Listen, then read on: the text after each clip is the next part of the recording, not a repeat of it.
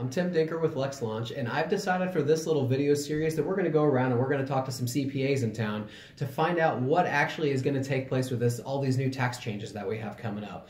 So I'm here with Kyle Nagy. He's a CPA here in the Kansas City area, offices in both Lee Summit and the Overland Park area. And so Kyle, looking at this tax reform, do you have anything that maybe employers should be aware of?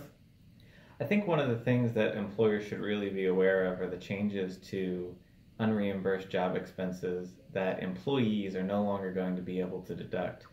A lot of employers will not necessarily skimp, but they'll go kind of light on reimbursing their employees for things like mileage and travel, per diem.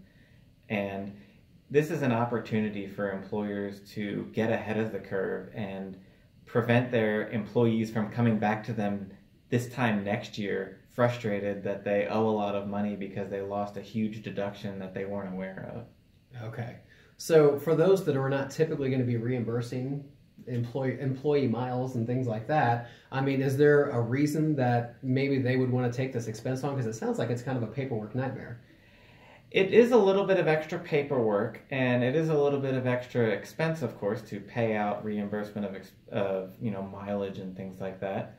But I think if the employer is smart and works on adjusting the employee's compensation accordingly so that they're still paid the same amount, and we can reclassify some of their taxable compensation to non-taxable, there's a tax benefit for the employer in the form of reduced payroll taxes.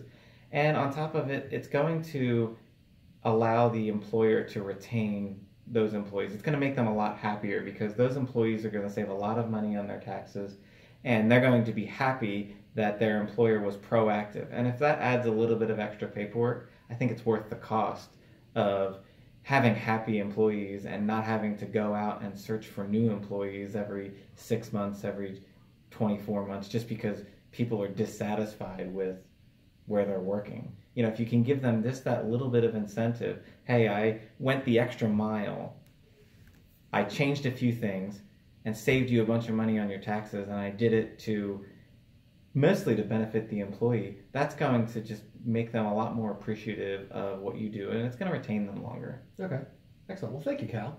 You're welcome.